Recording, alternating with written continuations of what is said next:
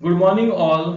तो इस वीडियो में आज हम लोग पढ़ने वाले हैं सीपीयू के बारे में। सीपीयू के कौन कौन से पार्ट्स होते हैं, कौन कौन से भाग होते हैं उसके बारे में, कंट्रोल यूनिट के बारे में, अरिथमेटिक लॉजिक यूनिट के बारे में, इनपुट के बारे में और आउटपुट के बारे में, साथ साथ इनपुट डिवाइस और आउटपुट डिवाइस के बारे में। इनपुट डिवाइस कौन कौन से होते हैं, आउटपुट डिवाइस कौन कौन से होते हैं, जैसे प्रिंटर, मॉनिटर, इन सब के बारे में पढ़ने वाले हैं। और साथ में हम एक और टॉपिक पढ़ने वाले हैं जो कि है हमारा मेमोरी।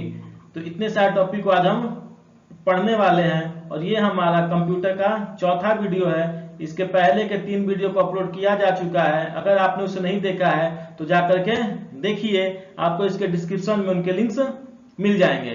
तो चलिए हम लोग आज इस वीडियो को स्टार्ट करते हैं। इस टॉपिक को पढ़ने से पहले हम पढ़ते हैं कंप्यूटर के संगठन के बारे में। संगठन मतलब क्या होता है, पार्ट्स, कि कंप्यूटर कौन कौन से पार्ट्स है। तो कंप्यूटर में मेनली 3 पार्ट होते हैं। एक होता है आपका सेंट्रल प्रोसेसिंग यूनिट, जिसको हम शॉर्ट में बोलते हैं सीपीयू। दूसरा होता है आपका मेमोरी यूनिट और तीसरा होता है इनपुट आउटपुट यूनिट। तो पहला होता है सेंट्रल यूनिट, दूसरा होता है मेमोरी यूनिट और तीसरा होता है इनपुट आउटपुट यूनिट। इन तीनों को मिला करके हम कंप्यूटर कहते हैं। क्लियर है। अगर हम कंप्यूटर का ब्लॉक डायग्राम बनाए तो आप देख सकते हैं, ये जो आपका है इसको हम लोग बोलते हैं, ये जो आपका दिख रहा है इसको हम लोग बोलते हैं सीपीयू। ठीक है। और ये आपका है इनपुट, ये है आउटपुट और ये है मेमोरी यूनिट। तो इन सब को मिला करके हम लोग बोलते हैं क्या, कंप्यूटर। क्लियर है। अगर आप सीपीयू को देखिएगा तो सीपीयू के भी 3 पार्ट होते हैं। कौन कौन से, control unit, arithmetic logic unit और मेमोरी यूनिट। इसको हम बाद में देखेंगे। तो ये जितने भी आपके ये टॉपिक्स हैं, central processing unit, memory unit और इनपुट आउटपुट यूनिट, इन सबको एक एक करके चलिए समझते हैं। पहला है आपका central processing unit. Central processing unit, जिसको हम शॉर्ट में सीपीयू कहते हैं, इसे प्रोसेसर भी कहा जाता है।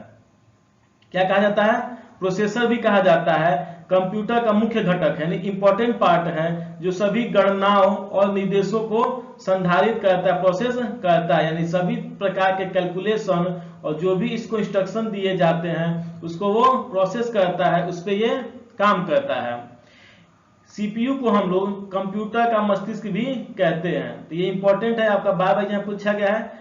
तो मस्तिष्क भी कहते हैं, जो सभी हार्डवेयर और सॉफ्टवेयर को नियंत्रित करता है। मस्तिष्क क्यों कहते हैं, क्योंकि हमारे कंप्यूटर में जितने भी हार्डवेयर हैं और जितने सॉफ्टवेयर हैं उसको ये कंट्रोल करने का काम करता है, इसलिए सीपीयू को हम लोग मस्तिष्क कहते हैं। सीपीयू के मुख्य कार्य क्या क्या है, सीपीयू जो है क्या क्या काम करता है वो देखते हैं। पहला है आपका सीपीयू निर्देशों को मेमोरी से प्राप्त करता है। जो भी हम इंस्ट्रक्शन मेमोरी में हम स्टोर किए हैं उस इंस्ट्रक्शन को सीपीयू प्राप्त करता है, उसे डिकोड करता है, उस इंस्ट्रक्शन के माध्यम से उसको क्या करने के लिए कहा गया है और फिर से वो निष्पादित करता है, उस काम को वो करता है। तो मेमोरी से वो इनपुट लेगा, उसको डिकोड करेगा, समझेगा कि क्या करना है, तो उसके अनुसार वो काम करता है। इसके अलावा सीपीयू जो है जोड़, घटाव, गुना और भाग और अन्य तार्किक संचालन भी करता है। तार्किक संचालन बोलते हैं मेनली तुलना वाले काम को। ठीक है, जैसे एंड करना और करना, ये सब काम को हम तार्किक संचालन कहते हैं। तो ये भी इसका काम है सीपीयू का। नेक्स्ट है आपका सीपीयू डेटा को अस्थायी रूप से मेमोरी में, ठीक है, मेमोरी में कौन सा, रजिस्टर। तो सीपीयू जो है अस्थायी रूप से रजिस्टर में डाटा को संग्रहित करता है, स्टोर करता है और उसे आवश्यकता अनुसार पुनः प्राप्त कर सकता है। अगर पुनः काम होगा तो वो रजिस्टर से ही लेगा। ठीक है। नेक्स्ट, सीपीयू जो है इनपुट आउटपुट उपकरणों जैसे कि कीबोर्ड, माउस और मॉनिटर को नियंत्रित करता है, उसको भी कंट्रोल करता है। सीपीयू ऑपरेटिंग सिस्टम और एप्लीकेशन को चलाने के लिए आवश्यक सभी गणनाओं को संभालता है। यानी ऑपरेटिंग सिस्टम जो है और एप्लीकेशन जो है, इनको चलाने के लिए किन किन चीज का जरूरत पड़ता है उसको भी वो मेंटेन करता है। इसके बाद हम देख रहे हैं सीपीयू के घटक। अभी तो हम देखे थे क्या, कंप्यूटर के घटक। ठीक है। तो ये आपका जो सीपीयू है, यहाँ पे सीपीयू को हम लोग कितने पार्ट में बांटते हैं, 3 पार्ट में। एक को बोलते हैं कंट्रोल यूनिट, दूसरे बोलते हैं अरिथमेटिक लॉजिक यूनिट और तीसरे को मेमोरी यूनिट। तो हम कंप्यूटर में सीपीयू पढ़ रहे थे और सीपीयू के बाद हम इसके पार्ट को पढ़ लेते हैं, उसके बाद इनपुट को आउटपुट को हम लोग देखेंगे। ठीक है। तो सीपीयू में सबसे पहले हम स्टार्ट करते हैं अरिथमेटिक और लॉजिक यूनिट से। तो पहला आपका जो इसका पार्ट है वो है अरिथमेटिक और लॉजिक यूनिट। ये क्या है तो उसको समझते हैं।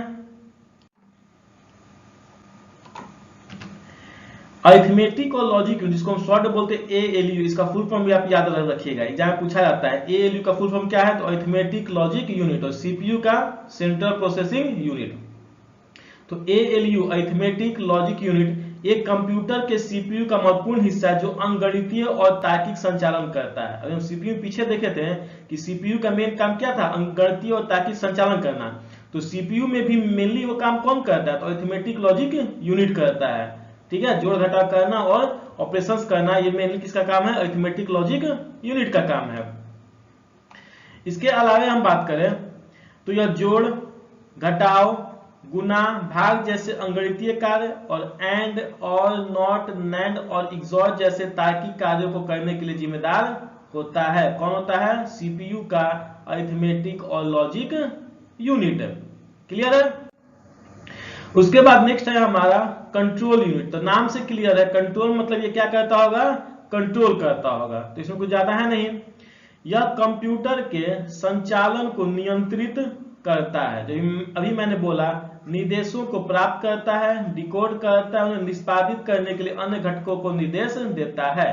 तो क्या काम करेगा कंट्रोल यूनिट, जो भी निर्देश मिला है उसको ये यही प्राप्त करता है, इसी को भेजा जाता है, ये इसको डिकोड करता है, समझता है कि क्या करना है, और जो काम करना है उसको वो काम करवाता है जिसके लिए वो कहा गया है। जैसे हमको कीबोर्ड से इनपुट डालने के लिए कहा गया तो कीबोर्ड को निर्देश देगा कि हाँ तुमको इनपुट डालने के लिए बोला गया, तुम इनपुट को इकट्ठा करो, उसको लो।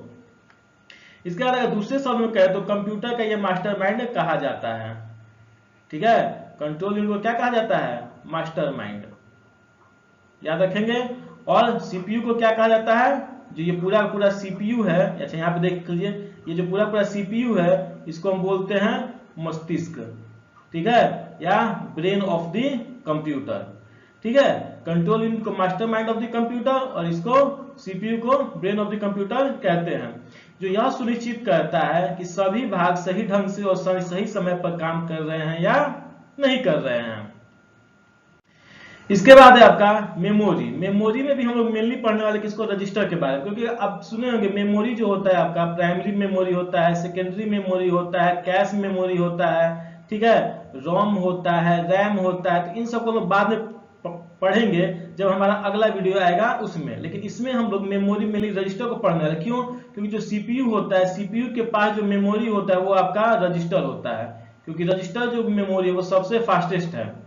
तो सीपीयू के पास जो अपने पास ये मेमोरी रखता है उस मेमोरी का नाम होता है रजिस्टर। तो रजिस्टर एक प्रकार की कंप्यूटर मेमोरी है, लेकिन यह मुख्य मेमोरी जैसे कि रैम से बहुत तेज और छोटी होती है। छोटी कहने का मतलब साइज में नहीं, ये कहने का मतलब स्पेस में, जगह में, इसमें बहुत कम डाटा हम लोग स्टोर कर पाते हैं। 4 बिट, ठीक है, या 8 बिट तक हम इसमें स्टोर कर सकते हैं। ठीक है, यह सीपीयू के अंदर ही स्थित होती है, जो भी मैंने बोला, जिससे सीपीयू को डाटा तक पहुंचने में बहुत कम समय लगता है, और इसलिए हमारा कंप्यूटर जो होता है वो फास्ट काम करता है। अब हम देखने वाले हैं इनपुट आउटपुट डिवाइस के बारे में। इनपुट डिवाइस क्या होता है, तो इनपुट डिवाइस कंप्यूटर को निर्देश या डेटा भेजने का काम करता है। जो भी हम कंप्यूटर में डाटा डालते हैं, जिस डिवाइस के माध्यम से डालते हैं उस डिवाइस को हम बोलते हैं इनपुट डिवाइस। और आउटपुट डिवाइस क्या होता है, तो कंप्यूटर से प्रोसेस डाटा जो है उसको प्रदर्शित करने का काम करता है, दिखाने का काम करता है, उसको हम बोलते हैं आउटपुट डिवाइस। इनपुट और आउटपुट डिवाइस को एक साथ मिला करके हम बोलते हैं पेरिफेरल डिवाइस। क्या बोलते हैं, पेरिफेरल डिवाइस। इन्हें इंटरफेस भी कहा जाता है, इनपुट आउटपुट को इंटरफेस भी कहा जाता है, क्योंकि यह मनुष्य और मशीन के बीच का जो जानकारी है उसका आदान प्रदान करता है, अनुवाद करता है। अब हम इनपुट आउटपुट में मेनली अब एक एक करके पढ़ने वाले इनपुट डिवाइस को। इनपुट डिवाइस कौन कौन से हैं इसको आप ध्यान रखिएगा, आपके एग्जाम में ये पूछा जाता है। क्लियर है, तो इसके बाद थोड़ा सा हम जानकारी भी ले लेते हैं वो इनपुट डिवाइस क्या काम करता है, ताकि हमें लंबे समय तक याद रहे। तो पहला हमारा है ऑप्टिकल मार्क रीडर, OMR। ये आप देख चुके होंगे, OMR जो हम लोग एग्जाम में भरते हैं वो आपका जो है वो इनपुट डिवाइस है। इसका फुल फॉर्म याद रखिएगा, ऑप्टिकल मार्क रिकॉग्निशन। क्या होता है? ऑप्टिकल मार्क रिकॉग्निशन एक ऐसी तकनीक है जो कागज पर बने निशानों को पहचान कर डेटा एकत्र करता है। जैसे हम लोग यहाँ पे गोल गोल करते हैं इस पेज पे, तो जो गोल गोल करते हैं इसी को क्या करता है, ये जो OMR मशीन है उसको वो रीड करता है और उसके अनुसार फिर वो डाटा एकत्रित करता है, कलेक्ट करता है। यह मुख्य रूप से परीक्षाओं में और सर्वेक्षणों में, ठीक है, अन्य रूपों में उपयोग में ली जाती है, जहां छात्रों और उत्तरदाताओं को कुछ विकल्पों को चिन्हित करने के लिए कहा जाता है। हम एग्जाम देते हैं तो कुछ 4 ऑप्शन होते हैं, हम 4 ऑप्शन को टिक करते हैं, ठीक है। इससे फालतू हम टिक करेंगे तो वो रीड ही नहीं करेगा। उसको इस टाइप से डिजाइन किया गया है, तो वो कुछ विकल्प दिया जाता है, उसको वो चिन्हित करता है। तो ये हमारा OMR जो है वो इनपुट डिवाइस है और फुल फॉर्म होता है ऑप्टिकल मार्क रिकॉग्निशन। OMR जो है इसके अंदर इन चिन्हों को पहचानता है और डेटा को संसाधित करता है, यानी कि प्रोसेस करता है। जो भी चिन्ह हम दिए हैं, जो भी गोल गोल हम घेरे हैं, उसको वो पहचान करके उस पर वो काम करता है। नेक्स्ट है हमारा MICR। इसका फुल फॉर्म होता है magnetic ink character recognition. Magnetic ink character recognition ये आपका MICR मशीन है। इसका क्या काम है? तो इसका मेन काम होता है आपके बैंक में चेक को रीड करने के लिए। चेक के पे जो हमारा नंबरिंग होता है, चेक सही है सही नहीं है, उस चीज को ये रीड करता है। क्या है? तो यह एक ऐसी तकनीक है जिसमें चुंबकीय स्याही का उपयोग करके दस्तावेज जैसे कि चेक पर मुद्रित वर्णों को मशीन द्वारा पढ़ा जा सकता है। जैसे यहाँ पर देख रहे हैं, ये आपका चुंबकीय स्याही है और इसको ही MICR आपका पढ़ता है और इसको बैंक की भाषा में हम कहते हैं MICR कोड। तो इसी कोड को पढ़ने के लिए, ठीक है, वो आपका जो मशीन है MICR वो यूज में आ जाता है और ये आपका इनपुट डिवाइस है। नेक्स्ट है आपका BCR, जिसको हम बोलते हैं बार कोड रीडर। तो सबको देखा होगा BCR मतलब bar code reader. Full form हमेशा याद रखिएगा। यह एक ऐसा उपकरण है जो बार कोड से जानकारी पढ़ने और डिकोड करने के लिए उपयोग किया जाता है। ये जो आप देख रहे हैं हाथ में, ये मशीन जो आपका है बार कोड है, और ये जो जिसको ये रीड कर रहा है इसको हम बोलते हैं QR कोड। अच्छा, QR का फुल फॉर्म क्या होता है? तो QR का होता है क्विक रिस्पॉन्स, और ये होता है क्या? तो कोड का मैट्रिक्स होता है। मैट्रिक्स जैसे ये लाइनिंग देख रहे हैं, इसको हम बोलते हैं मैट्रिक्स। तो कोड का मैट्रिक्स होता है, इसको ये रीडर जो है वो रीड करेगा और बता देगा कि ये किस चीज का कोड है, यानी ये किस सामान का है, किस पुस्तक का है, किसका ये कोड है। इसमें जो भी इंफॉर्मेशन रखा होगा वो इसको बार कोड रीडर जो है वो उसको रीड कर लेगा। तो ये आपका एक इनपुट डिवाइस है। नेक्स्ट है आपका कीबोर्ड। कीबोर्ड हम लोग कंप्यूटर को जो भी इंफॉर्मेशन डालते हैं कीबोर्ड के माध्यम से डालते हैं, तो ये भी आपका क्या है? इनपुट डिवाइस है। कंप्यूटर का कीबोर्ड एक इनपुट डिवाइस है जिसका उपयोग कंप्यूटर में टेक्स्ट और सिंबल, अक्षर, संख्या और प्रतीक दर्ज करने के लिए किया जाता है। हम कुछ भी डाल सकते हैं, ये मेनली ये कहना चाह रहा है। यह उपयोगकर्ताओं को कंप्यूटर के साथ संवाद करने और डाटा को इनपुट करने की अनुमति देता है, ठीक है। मानक कीबोर्ड की बात करें, जो स्टैंडर्ड कीबोर्ड होता है उसमें टोटल 104 कुंजी होती है, ठीक है। उसमें कितना कुंजी होता है? 104 कुंजी होता है, इसको याद रखेंगे। और नंबर पैड में कितना होता है? 17 कुंजी होता है, इसको भी याद रखेंगे। अगर हम बात करें यहाँ पे, ठीक है, ये जो कीबोर्ड है आपका, अगर इस कीबोर्ड में शुरू से यहां से लेकर इस पूरे कीबोर्ड को गिनिएगा तो आपको जो है 104 की दिखेंगे। और यहाँ पे जो आपका इधर जो नंबर पैड है ये वाला, ठीक है, ये जो नंबर पैड है अगर इसको आप गिनिएगा तो इसमें आपको 17 की दिखेंगे। तो चलिए इन की को भी हम डिटेल में पढ़ते हैं कि इन की को से संबंधित क्या क्या क्वेश्चन पूछे जाते हैं। तो कीबोर्ड जो है उसका क्या भाग है, मतलब की जो है उसको किस किस नाम से जानते हैं वो सीखते हैं। तो पहला है आपका अक्षर कुंजी, ठीक है, अल्फाबेट की ए से लेकर के जेड तक जितने भी आपके की हैं उनको हम बोलते हैं अक्षर कुंजी। दूसरा है आपका संख्या कुंजी, नंबर 0 से लेकर के 9 तक, ये जो आपका नंबर है यहाँ पे ये, ठीक है। और यहाँ पे आप देखिएगा ये आपका 0 से लेकर के 9 तक यहाँ भी होता है, तो इसको हम बोलते हैं क्या? संख्या कुंजी। उसके बाद आपका चिन्ह कुंजी, ये जो सिंबल आप देख रहे हैं ये सब, ठीक है, कर्ली ब्रैकेट का, स्मॉल ब्रैकेट का, स्क्वायर ब्रैकेट का, slash, equal to, plus, minus, asterisk, सब जो है आपका इसको हम बोलते हैं चिन्ह कुंजी, सिंबल की। नेक्स्ट है आपका फंक्शन कुंजी। फंक्शन कुंजी F1 से लेकर के F12 तक, कीबोर्ड में जो सबसे ऊपर आप देखिएगा यहाँ पे, तो आपको F1 से लेकर के F12 तक ये जो दिखेगा इसको हम बोलते हैं आपको फंक्शन कुंजी। नेक्स्ट है आपका नियंत्रण कुंजी, जैसे control, shift, alt, escape, tab, caps, lock, back space, delete, inter और स्पेस बार, इन सब को हम बोलते हैं नियंत्रित कुंजी, नियंत्रण कुंजी। ये सब मेनली जो होते हैं, हम जो भी लिखते हैं या जो भी काम करते हैं उसको ये नियंत्रित करने का काम करते हैं, इसलिए इसको हम बोलते हैं नियंत्रण कुंजी, कंट्रोल करने का काम ये करते हैं। उसके बाद नेक्स्ट आपका नेविगेशन कुंजी। नेविगेशन मतलब होता है एक जगह से दूसरे जगह जाना। तो ये होता है आपका एरो की ऊपर, नीचे, दाएं और बाएं वाला। ये जो आप देख रहे हैं यहाँ पे, ये आपका जो कहलाता है वो आपका एरो कुंजी कहलाता है, ऊपर, नीचे, दाएं बाएं जाने वाला। उसके बाद होम, इंड, पेज अप और पेज डाउन, ये सब कुंजियां जो होती है आपका यहाँ पे पाया जाता है।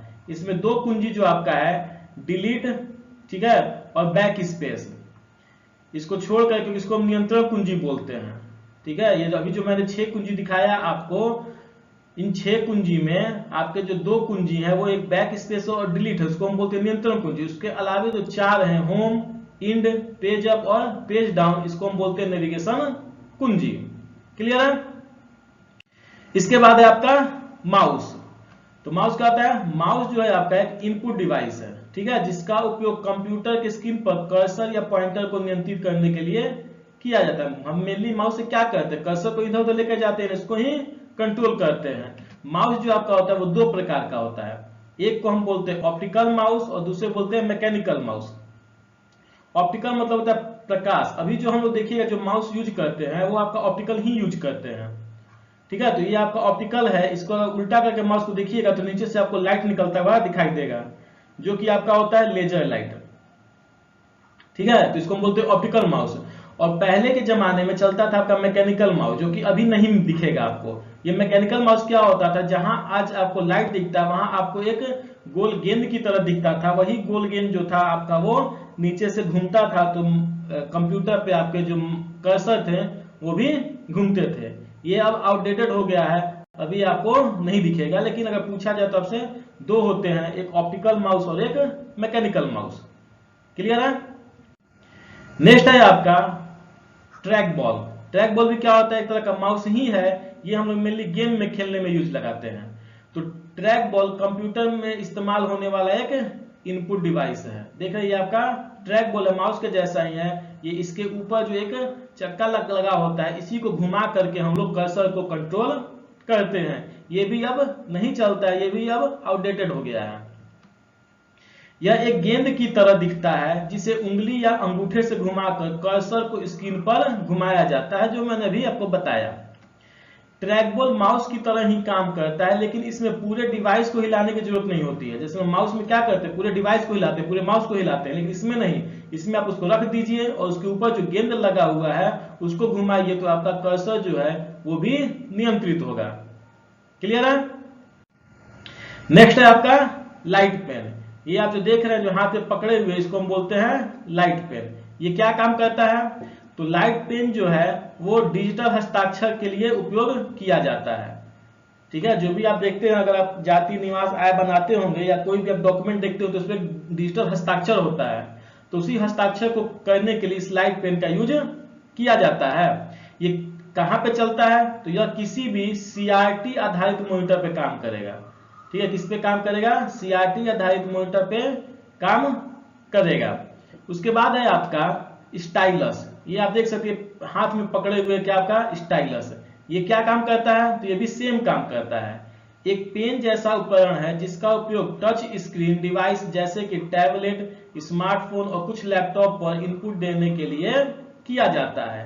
तो अगर आप देखेंगे तो ये लाइट पेन जो आपका है और ये स्टाइलस है, दोनों का आपका काम जो है वो सेम है।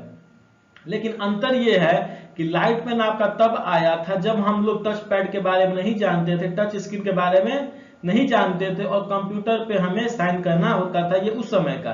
तो इसका मतलब ये भी जो है लाइट पेन जो है वो अब आउटडेटेड हो चुका है। अब इसकी जगह किसने लिया है? स्टाइलस ने, क्योंकि अब हमारे जो भी हैं वो टच स्क्रीन वाले कंप्यूटर है, लैपटॉप है, उस पर काम करने हमें स्टाइलस का जरूरत पड़ता है। तो अभी के फिलहाल में मॉडर्न डेज में अभी स्टाइलस वर्क में है और ये लाइट पेन जो है वो आपका वो आउटडेटेड हो चुका है। क्लियर है? नेक्स्ट है आपका स्कैनर। स्कैनर आप देखे ही होंगे, क्या कहता है? स्कैन करता है। तो ये भी इनपुट डिवाइस है। स्कैनर एक उपकरण है जिसका उपयोग किसी भी भौतिक छवि मतलब जो भी हम फोटो वगैरह या जो भी डॉक्यूमेंट इसमें डालते हैं स्कैन करने के लिए, उस डॉक्यूमेंट को हम बोलेंगे भौतिक छवि, या दस्तावेज को डिजिटल रूप में। डिजिटल रूप कहने का मतलब होता है जब हम इसको स्कैन करते हैं तो वो फोटो हमारा जाकर के कंप्यूटर में सेव हो जाता है। जो कंप्यूटर में सेव हुआ है उसको हम बोलते हैं डिजिटल रूप। तो स्कैनर क्या करता है? भौतिक रूप का कोई डॉक्यूमेंट है उसको डिजिटल रूप में बदलने का कोशिश करता है या बदलता है। इसे स्कैन करके एक डिजिटल कॉपी बना सकते हैं, यानी कंप्यूटर में स्टोर कर सकते हैं, जिसे कंप्यूटर में संग्रहित, स्टोर, देखा और उस पर वर्क किया जा सकता है, उस पर काम किया जा सकता है। ये आपका स्कैनर का काम है। नेक्स्ट है आपका जॉयस्टिक। जॉयस्टिक जो है ये आपका जॉयस्टिक है, इसको हम लोग मेनली यूज में लाते हैं गेम खेलते समय। तो जॉयस्टिक एक इनपुट डिवाइस है जिसका उपयोग कंप्यूटर स्क्रीन पर वस्तुओं को नियंत्रित करने के लिए किया जाता है, जैसे कि गेमिंग में। अगर हम कार वगैरह रेस खेल रहे हैं, कोई गेम खेल रहे हैं, तो उस गेम में जो भी चीज है कार है, तो कार को कंट्रोल करने के लिए हम इस जॉयस्टिक का उपयोग करते हैं।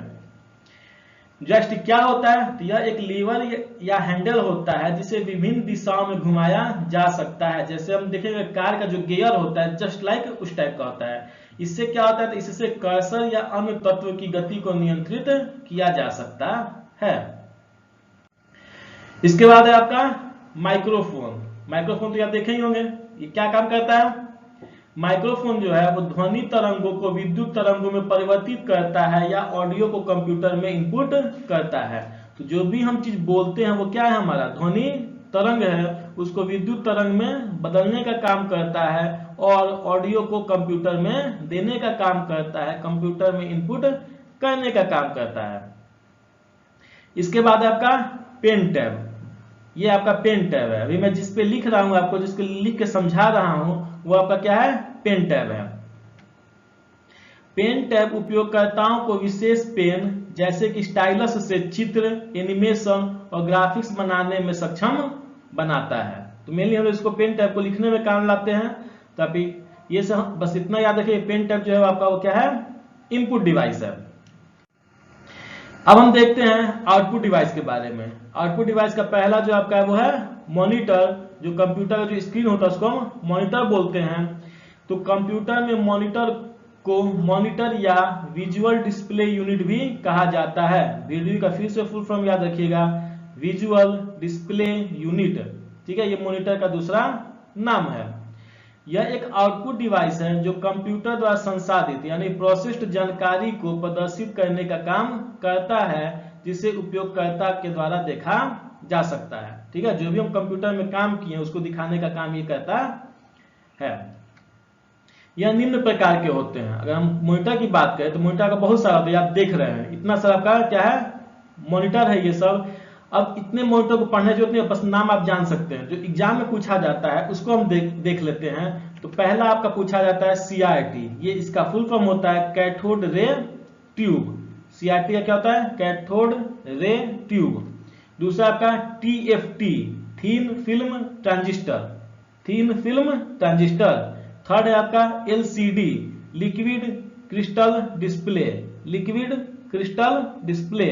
और चौथा जो है LED, light emitting diode.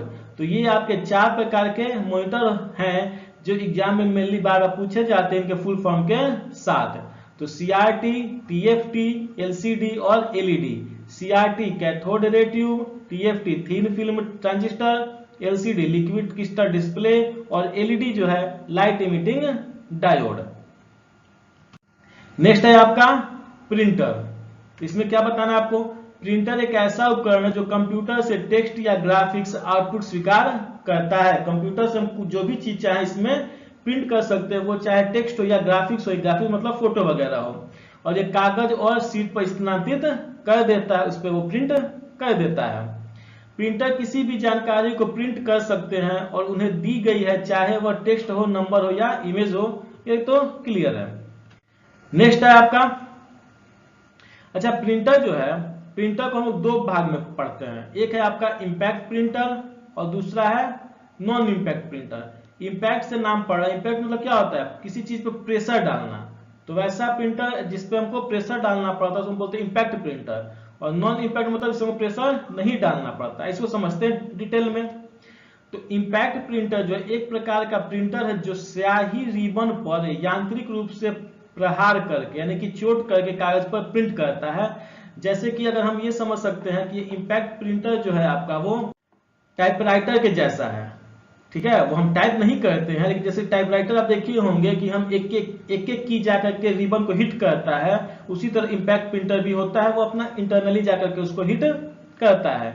Non impact printer क्या है, तो नॉन इम्पैक्ट प्रिंटर वे प्रिंटर होते हैं जो प्रिंटिंग के लिए कागज के साथ सीधे भौतिक संपर्क में निर्भर नहीं होते हैं। जैसे हम जो भी कैफे वगैरह में प्रिंटर देखते हैं वो आपके नॉन इम्पैक्ट प्रिंटर होते हैं, क्योंकि उसमें लाइट निकलता है, ठीक है, वो हम आगे देखेंगे। तो उसमें भौतिक संपर्क कुछ नहीं होता है। वे इंकजेट या लेजर तकनीक, जो हम लाइट बोले अभी वही, तो इंकजेट या लेजर तकनीक जैसी विभिन्न तकनीकों का उपयोग करते हैं, जिसमें स्याही का या स्याही का ही दूसरा नाम है टोनर को कागज पर जमा करके प्रिंट किया जाता है, ठीक है। तो लेजर तकनीक के माध्यम से वो स्याही के थ्रू उस पर काम करते हैं।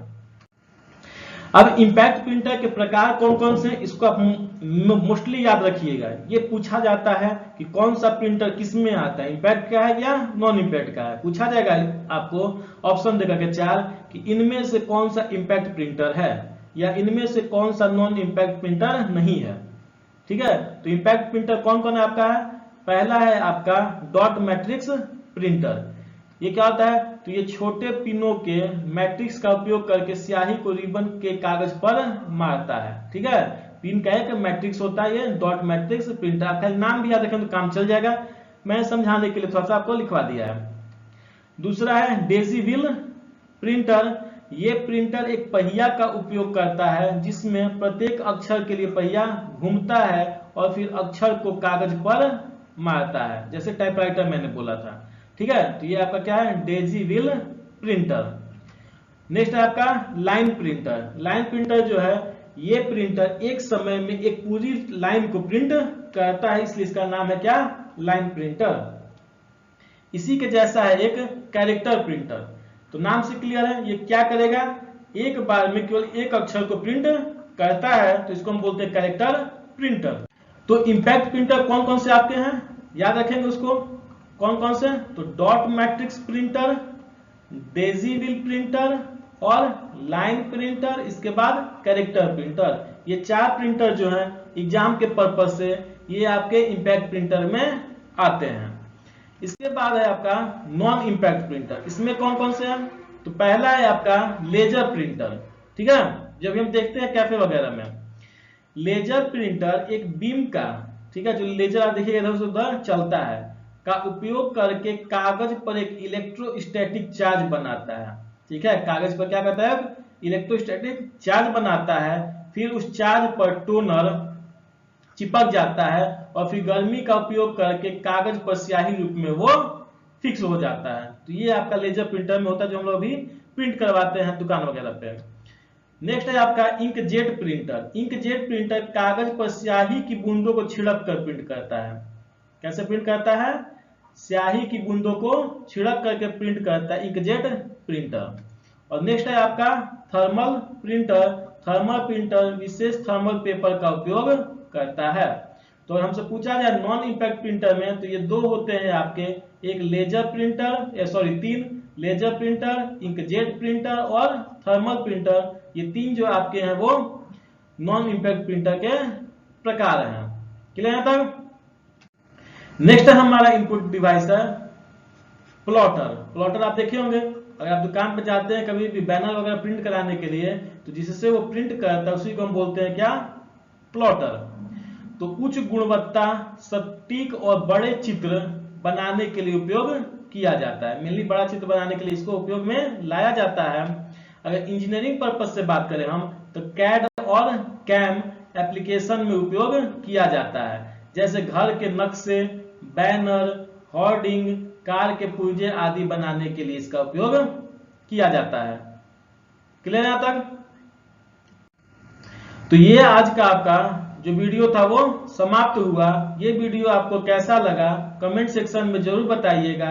अगर ये वीडियो पसंद आया है तो इसे लाइक, सब्सक्राइब और शेयर जरूर करें। तो मिलते हैं आपसे अगली वीडियो में किसी नए टॉपिक के साथ। तब तक के लिए धन्यवाद। Bye bye, take care.